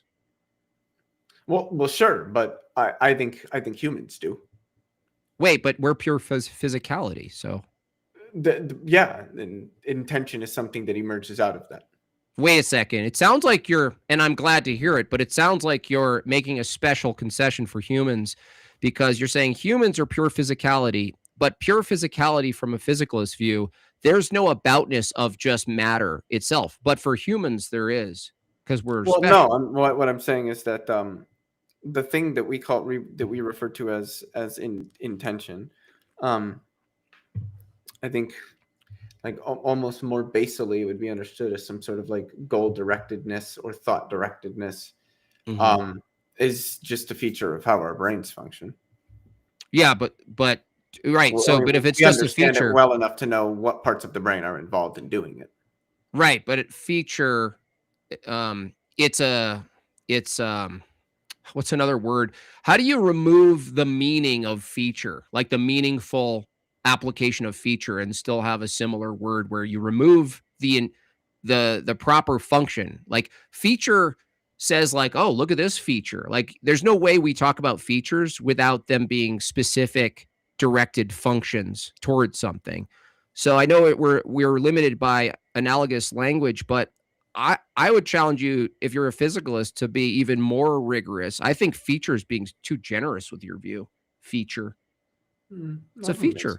So. And there is a related question from Kurt. Thank you, Kurt. Do lanes on a road exist, or are they simply painting concepts? Is that for who? You should. Is it for? I think that's probably for both of y'all. Sorry, that's probably for both of y'all. It's just a slab of material with slabs of material painted on. That's right. The lane is the conceptual thing, right? The road is a physical thing with physical paint, just the way when you write down things in a book. The meaning and information in that is not identical to the ink and the pages, right? The information is actually not. It's funny. The information is not actually physically in a book. That's why I want to press you too on information. We didn't get to talk about it. I assume you read into information theory, but that's an interesting thing. You agree that if I open a book, Leo, the information isn't identical to the ink itself, the particles of the ink, or the particles of the fiber of the paper. And they're also not exactly identical to the symbols that are made, because the same symbol could mean a different thing to different cultures. So how do you is information something you also hold doesn't exist? It would depend on how exactly we're utilizing the term information. The way that a physicist uses the word information, no, that's something that's real and physical. The way that a computer scientist uses it, I think, kind of teeters between something physical and maybe some sort of conceptual notion. But I would probably lean more towards physical. But I think there's certainly a usage of the term information in which we're referring to something that's purely conceptual. Yeah, and in that sense, I would say then, that type of information doesn't exist. Yeah, I look at information like data plus semantics. Like you could have pure data But if you don't add the semantic part, you lose the syntax and you can't actually encode, and decode it. It's just scribble. You could try to make sense of it based on your prior knowledge of things, but that's why information and intentionality kind of go hand in hand to me, because you have to have a direction of what you're trying to communicate conceptually. But when we look at it from the definition of data plus semantics, there's actually nothing physical in the world that's information. It has to be interpreted, and the information is a conceptual element that's not physical. But that's the thing, is we differ here, because if you're a physicalist, you actually have to deny the existence of things that you always utilize and appeal to. But if you split reality into conceptual and abstract, then you might be like, well, shit, now I have to justify imaginary things. I don't like that. I'm not saying you would think that. I'm just saying, like, hyperbolically, I could see someone who's like a pure empiricist sort of scoffing and be like, damn it, I have to now admit that I actually hold to things that aren't empirically verified. And, I think that's fine. I think to not justify it, but I think it's fine to deal with that discomfort. Not that that's you, Leo. I'm just saying to the audience. So I think the way that you defined information there, I mean, I could work with a definition like that, but that to me would just be information in some sort of maybe linguistic concept.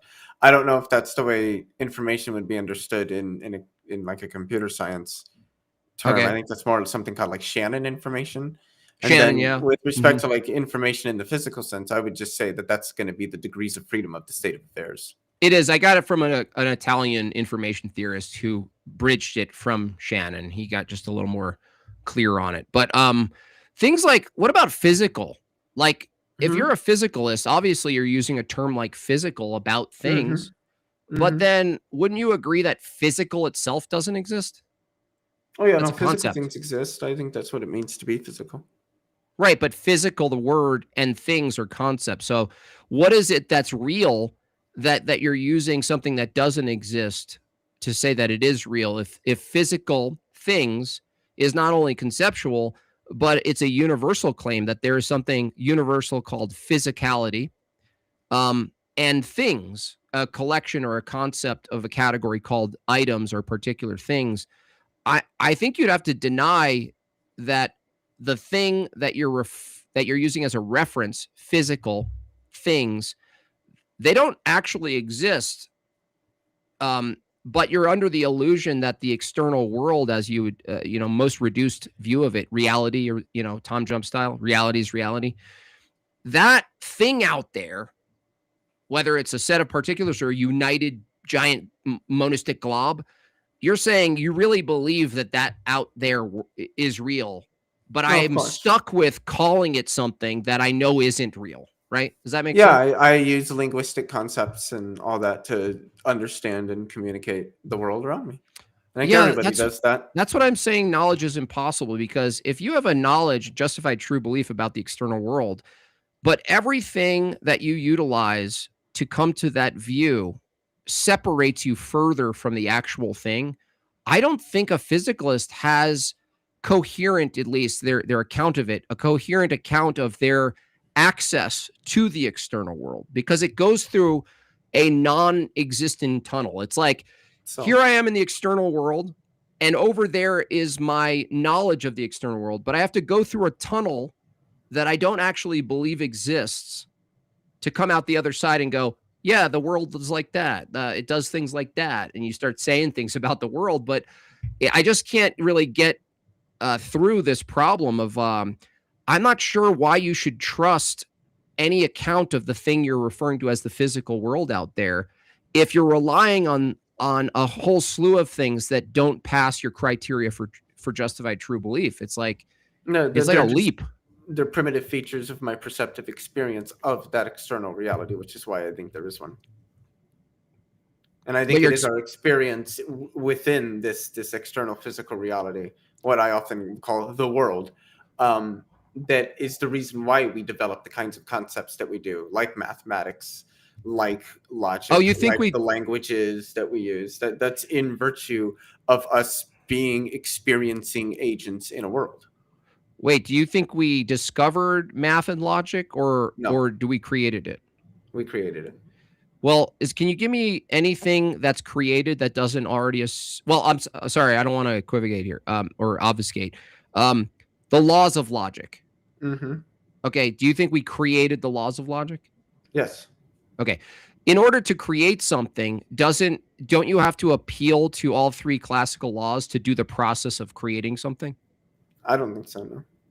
Is there anything you think you can create aside from logic that doesn't already assume identity over time? Yeah, I think like if you cut down a tree and made a table, that doesn't.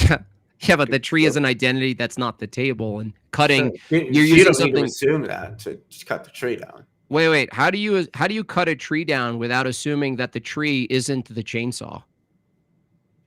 By using the chainsaw and cutting down the tree. How do you have a chainsaw? Know what a chainsaw if you don't have the law of identity of a chainsaw? Because we've made chainsaws. No, but that would require the law of identity. I asked for something you can do. The law of identity is descriptive. What are you describing then? All the people that built these things, they didn't know what the fuck the law of identity was. Well, I know they don't know it descriptively, but the question is the necessity for the law of identity to exist in order to describe it. So I don't know there's anything, Leo, that you could describe that doesn't logically necessitate that it already exists. It has to exist to describe it. And well, I mean, our linguistic systems are deeply tied to logics. Yes, we use logics to help formalize languages and means of communication and understanding. That's sort of what logics are. No, I agree. Logic's the activity. So yeah, and any like broader linguistic system or communicative system is going to be based in some sort of logical schema. I understand. I'm not talking about the activity of logic, like doing logic, the activity. I'm saying the laws of logic themselves classically. I'm saying that there's nothing you can create. Like the concept is I'm going to create something or I'm going to do something.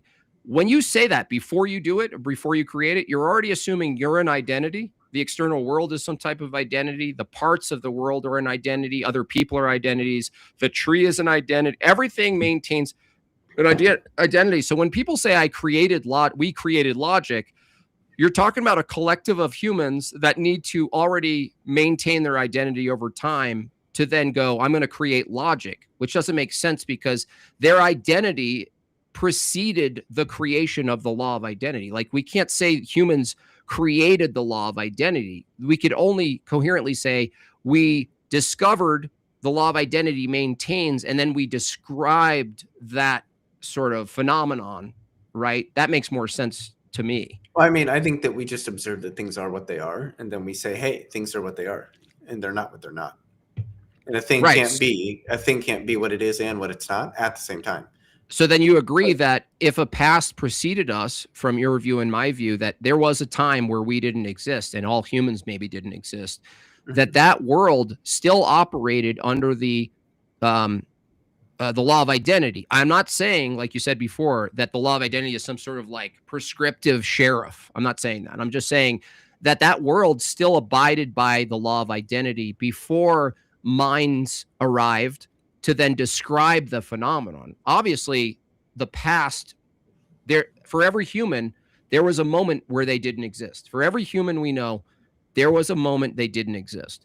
So that means a reality existed before them that operated consistent with this law of identity. That's why I believe when they say humans created the law of identity, I think that's logically, metaphysically impossible because a world needed to exist in such a way for humans to even exist in the first place. And that world needed to abide by at least the three laws of logic. So I think we discovered these things. Now, the problem with that view is you also have to say as a physicalist, the laws of logic being conceptual actually don't exist. That's correct. Okay. And yeah, I don't think the laws of logic or that the world abides by them. I think that they are descriptive features that we utilize. Well, descriptions require logic is already in place. You can't describe anything unless you assume identity so that you could use language to describe identities. So identities need to exist before descriptions. I mean, I don't know how true that is for the axioms of logic, but I mean, once you start working with them, yeah. If you already got a law of identity in place, yeah. So you're saying in a deep, distant time in space before all humans existed, from your view, the law of identity had no ontology. The law of identity doesn't have ontology. The law of identity has no ontology. That's correct. Okay. I am a relatively hard nominalist about concepts and abstracta. I think that they are not things out in the world. They are features of our thought. And that is why we can still use them. There's a variety of things that do not exist and aren't out there in the world that we talk about all the time. And all this shows is that you can have a variety of concepts that don't refer to a thing out in the world necessarily, and they still have meaning. I mean, we can see this plainly in things like mathematics and logic, where there are certain axioms and what have you, and certain statements that can refer to things that aren't out there in the world, but are nevertheless very, very What about meaningful. So, now? Do you agree you just made some truth statements? of course. Well, I think statements that at least I think are true. Oh, that's fine. They're assuming truth, right? So does truth exist? No, truth is not a thing out in the world. Okay. Truth is some feature of our languages.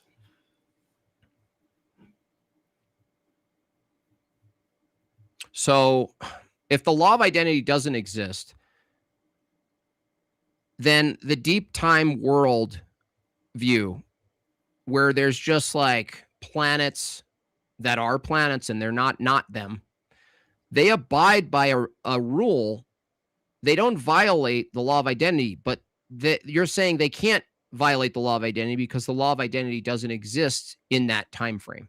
Well, I mean, if by not violate the law of identity, you mean that like planets don't all of a sudden turn into like pink elephants or something that's like that. Right. Well, yeah, but that's not like, because there is this law that's like saying to the world, hey, planet, you can't turn into pink elephants. It's just, that's not the way the world works. Well, no, the way the world works, the only way you have the statement, the way the world works, is because the law of identity. The statement perhaps, but the fact that the world just does what it is and does what it does, that's just the thing. And wait a second. Point of moderation, we've got just under 30 minutes left, and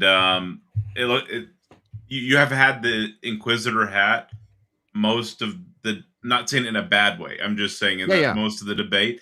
And so in this back portion, if Leophilius decides to ask more questions or something, just to get some inquisition done on his end, please be a little bit receptive to that. That would be greatly appreciated. Sorry for the interruption. Yeah, that makes sense. Good. I don't mind him asking the questions. It doesn't bother me. No, I know. I like it sometimes. I'm not complaining or anything. Yeah. I was just. But there's times when I like it when somebody can just be a little bit inquisitive. I don't know. I feel like it vibes or it flows a little better sometimes. Can I ask, were you always a physicalist, or no? What did you hold before this, or? I was a Catholic. Well, that's kind of funny because they're. That's funny because they're still like their foundation. They like their version of natural theology does kind of get rooted in empiricism a little bit. But that's interesting. So you then obviously investigated the claims, theistic claims generally, but higher resolution Catholic claims.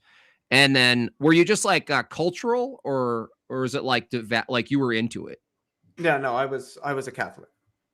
But I know, but a lot of people in America, especially, they're just like they're cradle couch in God. I felt that I had a very, very, and see that this is something that I find interesting when I hear from people. And obviously, you haven't said this, but sure. When people say, "Well, I don't think you believed hard enough," no, I felt that I had a very, very strong relationship with God when I was a Catholic, an extremely strong relationship with God. Like it wasn't something up until the point that I really started questioning. It hadn't been a question, so I just wanted to clarify that. So did it occur to you that your belief in God was a justified true belief? I think it was a justified belief. I would Yeah. have said at the time that it's a justified true belief. Not plus or plus? I mean, I probably would have put the plus on it too, something like that. And then do you remember, like, is this probably prior to you getting into philosophy? Do you remember what standard you were using? Was it just intuitive and mostly feelings and kind of like experiential? Like you were I was probably a more of a stronger form of some sort of foundationalist back then. Because I did actually get in the last probably 3 or 4 years of actually being Christian, being religious. Got into like William Lane Craig and Alvin Plantinga and all of that stuff. So William Lane I was Craig quite is the familiar worst. with some of the flaws. Well, I mean, a lot. Look, I understand that there's a lot of even Christians that don't like William Lane Craig, but he is one of the world's leading Christian philosophers. I mean, that's just a fact. All right. So I put up the poll for tonight's master debater. Wait. Hold on. We need my audience to go over and fairly do the poll, right? They could do that. Yeah, that's totally fine. It's at Met. I got to do the voice at Mega Bloodbath on YouTube. And it's in the live stream. I just have the poll up. You can just vote for who you think is the winner. You got to do the voice, when you say it, or it doesn't have the same. Okay, I'm ready. First of all, thanks for having me. Thanks, Leo, for a very pleasant discussion. Yeah. So the whole proposition was whether or not knowledge is possible under physicalism. Now, one of the key things that I was looking at is when you say knowledge is possible, when we talk about things that exist, we're actually, to me, we're talking about, can something exist? Is it possible to exist? It has to have some ontology. Is it possible? Now, I thought very quickly, I found out that knowledge under the physicalist view, at least the one that Leo's holding, knowledge doesn't exist to begin with. So I'm just not sure what it means to say something's possible if it doesn't mean possible to exist. But if the position out the gate says knowledge actually doesn't exist and it's actually not possible to exist, I'm not sure in what way it's possible other than it existing in some way. Further, categories don't exist. Claims don't exist. Evaluations don't actually exist. Categories don't exist. A whole slew of things actually don't exist. Meaning doesn't exist. Truth doesn't exist was a statement that came out tonight. And these are all interesting positions. I think ultimately they end up being self-refuting because the thing you're claiming, you're also claiming doesn't exist. I mean, we got to a point in the debate where the claim was the debate itself doesn't exist.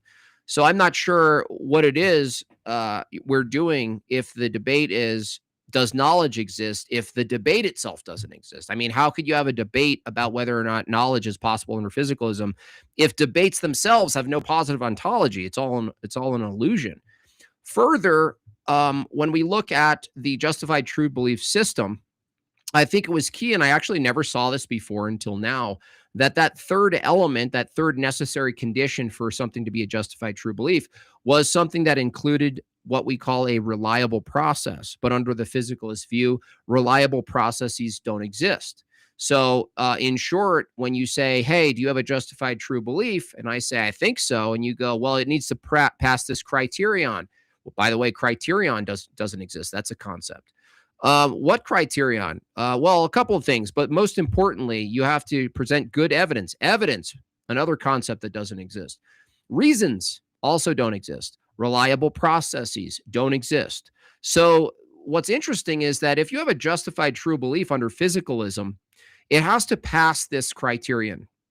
But the thing is, the criterion itself doesn't pass the criterion for being a justified true belief.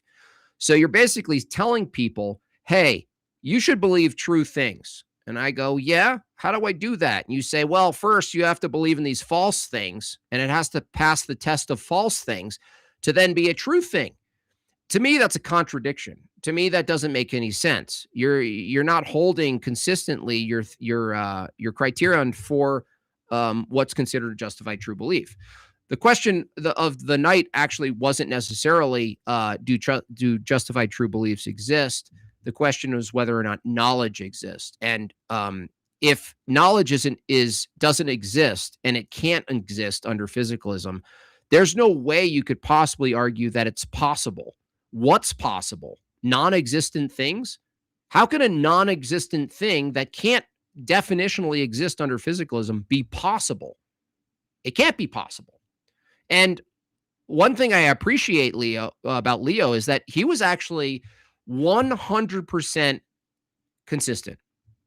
100% consistent. Now, I think he committed contradictions, but at least he was consistent in saying, you know what, I'm going to bite the bullet. Truth doesn't exist. This doesn't exist. That doesn't exist. None of those things exist. So in closing, I know this was bloodbath. I'm sorry on behalf of myself and Leo. We did not spill any blood. We didn't even spill our drinks. But nonetheless, I think it was a good change up. It was a bubble bath. It was a good change up in I think the lineup anyway. And I'm glad that we had the conversation in the debate. So thanks. You've got 8 minutes. So I'm just, I guess right off the bat, I don't think I saw any or anything that makes me think that there's a contradiction in physicalism being true and in people having knowledge. Concepts don't exist. This is standardly nominalism in metaphysics about concept, about abstracta. A very large minority, I mean, it's almost a 50-50 split when you look at philosophers with respect to like some form of Platonism versus nominalism. So it's very much, I'm not citing that to say that makes it correct or anything, but just to show that it's a respectable view that a large minority of philosophers hold to. Concepts don't exist. They're not things out in the world. But that being the case doesn't mean that these aren't features of the cognitive faculties that humans have that are not just contained within the individual humans, but are a part of the shared experiences that humans have primarily through things like language, which is why language is going to be a very, very important part of these kinds of discussions. And when you talk about things like knowledge and truth, which relate heavily to languages, and it's primarily through languages that these notions propagate and are understood. Now, perhaps if somebody wants to say that these things do exist in virtue of, like, say, consisting in all of these various cognitive processes within humans and between humans in a society through a variety of shared languages and what have you, then, I mean, I think somebody could do that. I think that would be a fair enough view. And perhaps they do exist in some sense like that, but concepts don't exist. I would say that concepts don't exist the way that Santa Claus doesn't exist, or the way that, leprechauns or fairies or dragons don't exist. But we can still talk about them. I mean, nobody's going to say that because dragons don't exist, you can't talk about dragons. So it seems that the object of what we're speaking about, having no real ontology, doesn't bear on whether or not it's something that's meaningful to us and that we can talk about. So and that's why it's easy for me to just say, yeah, these things don't exist, because at the end of the day, I don't actually think I'm saying anything that's entirely that controversial. So, like I said, this is something that's held to by a large minority of philosophers today. So I think that's really all I have to say about all that.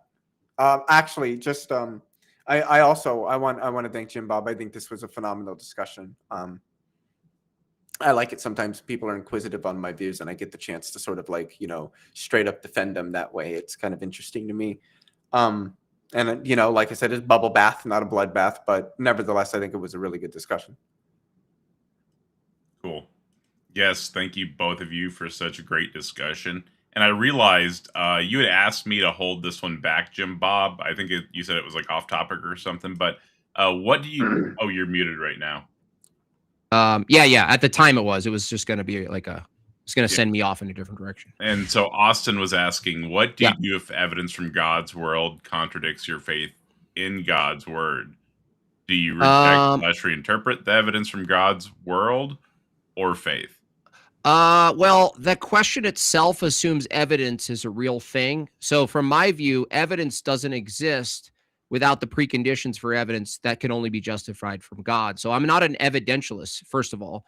I'm not a classical foundationalist or anything like that. And so when you say, what do you do if evidence from God's world contradicts your faith?